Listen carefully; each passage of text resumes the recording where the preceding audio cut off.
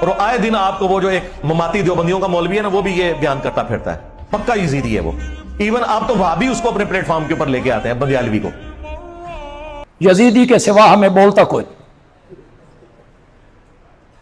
اے یزیدی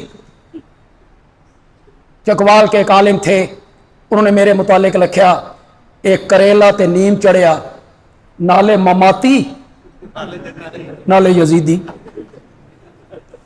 مماتی بھی تے یزیدی بھی. یہ یزیدی ہے.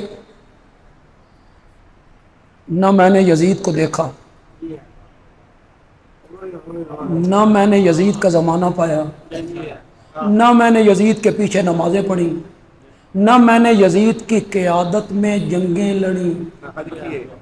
غلطی میں بڑی کر گیا ہیں، غلطی میں بڑی کر گیا ہیں. نہ میں نے اس کو دیکھا، نہ میں نے بیعت کی، نہ میں نے اس کے پیچھے نمازیں پڑھی، نہ میں نے اس کی قیادت میں حج کیا.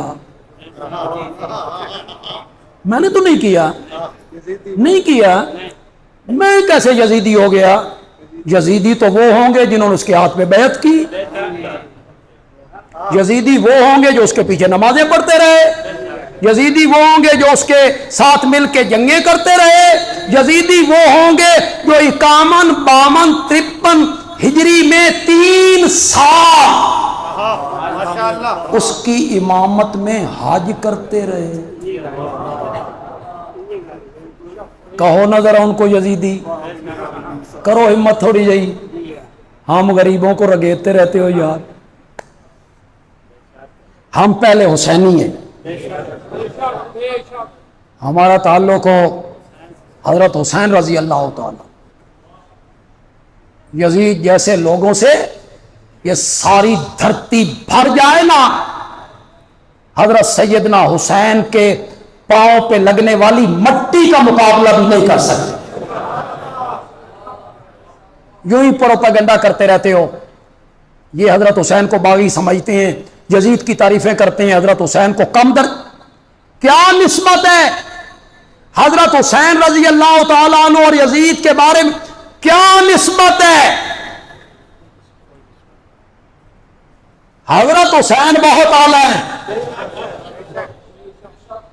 بہت اعلیٰ ہیں.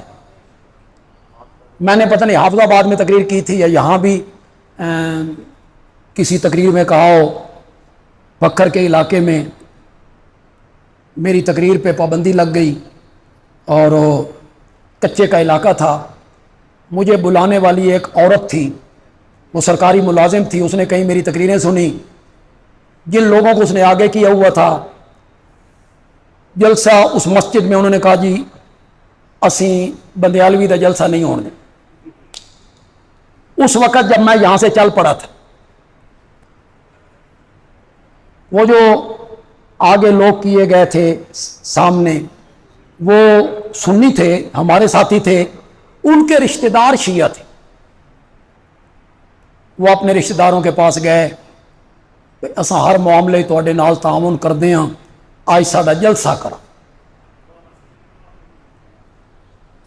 کون آ رہا ہے؟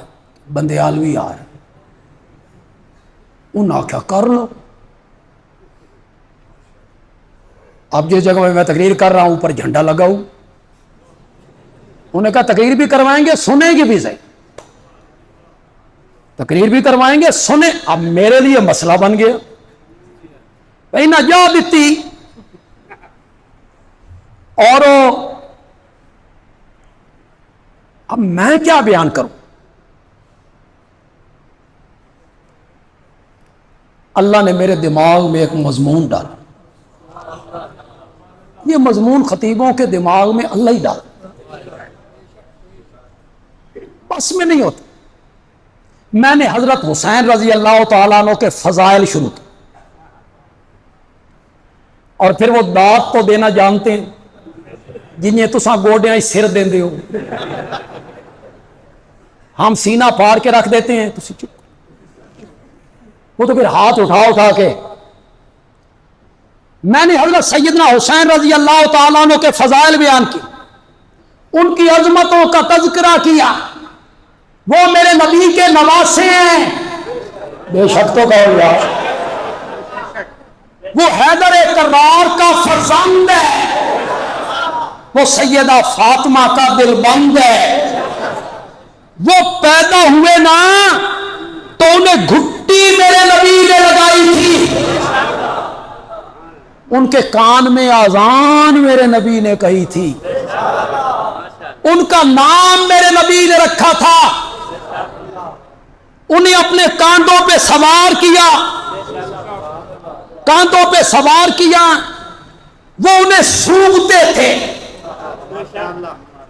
وہ کہتے تھے یہ دنیا میں میرے پھول ہیں۔ کون؟ حضرت حسن بھی، یہ دنیا میں میرے پھول ہیں۔ ایک روایت جو بندیالوی بیان کرتا ہے، شاید اور علماء اس کو بیان کریں یا وہ نہیں کریں گے، دنیا کی پہلی غذا جو حضرت سیدنا حسین رضی اللہ تعالیٰ عنہ کے پیٹ میں گئی نا، وہ میرے نبی کا لعاب مبارک تھا، میرے نبی نے ان کے منہ میں لعاب ڈالا تھا جو ننھے حسین نے نگل لیا، وہ لعاب ان کے معدے میں پہنچا، یہ پہلی خوراک تھی۔ بندیالوی نے بیان کر دیا، لوگوں نے سن لیا، یہ لعاب کوئی عام لعاب نہیں ہے، یہ لعاب کوئی عام لعاب نہیں ہے۔ میرے نبی جب منہ سے باہر نکالتے تھے نا، صحابہ ہتھیلیوں پہ اٹھا لیا کرتے تھے۔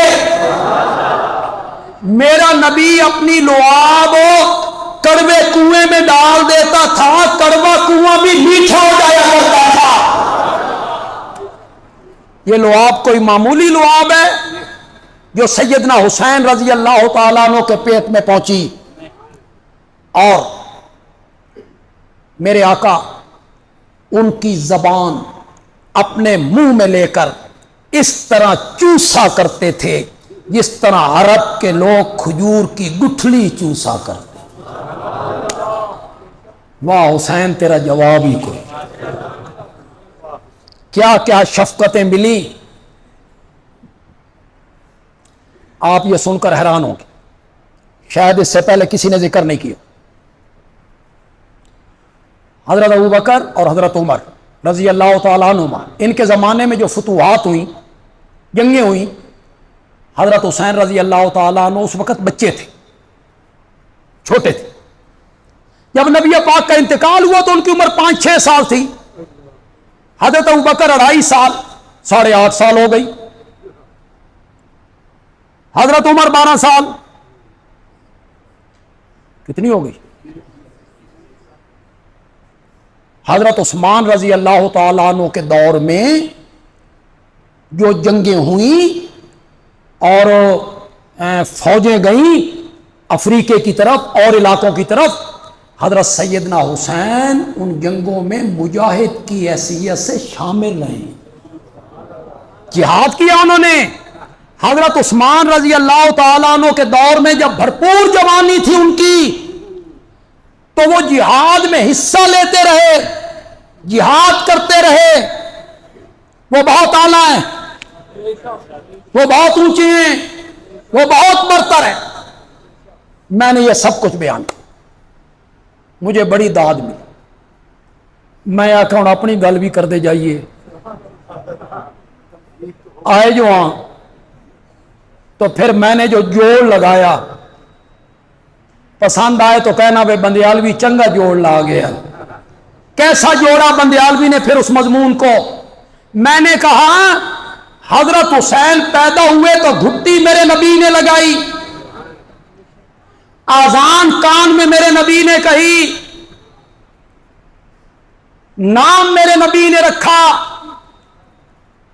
انہیں اپنی خوشبو قرار دیا، ان کے رونے کی آواز آئی تو میرے نبی کہتے ہیں فاطمہ حسین نو چپ کرا، اس دے رون نال من تکلیف ہوندی۔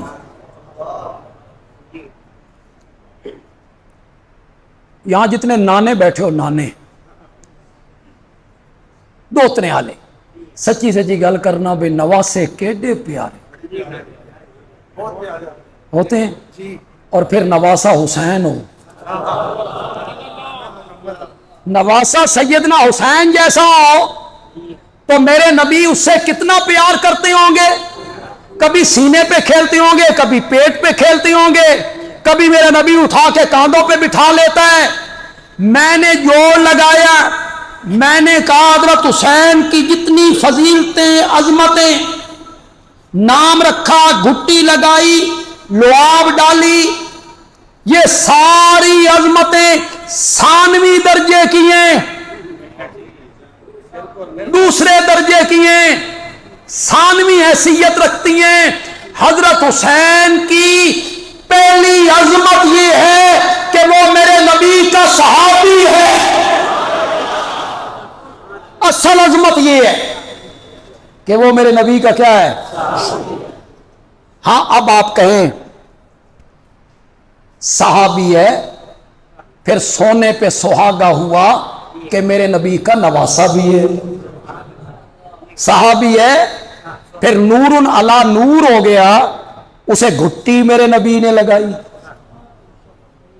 اسے گھٹی میرے نبی نے لگائی.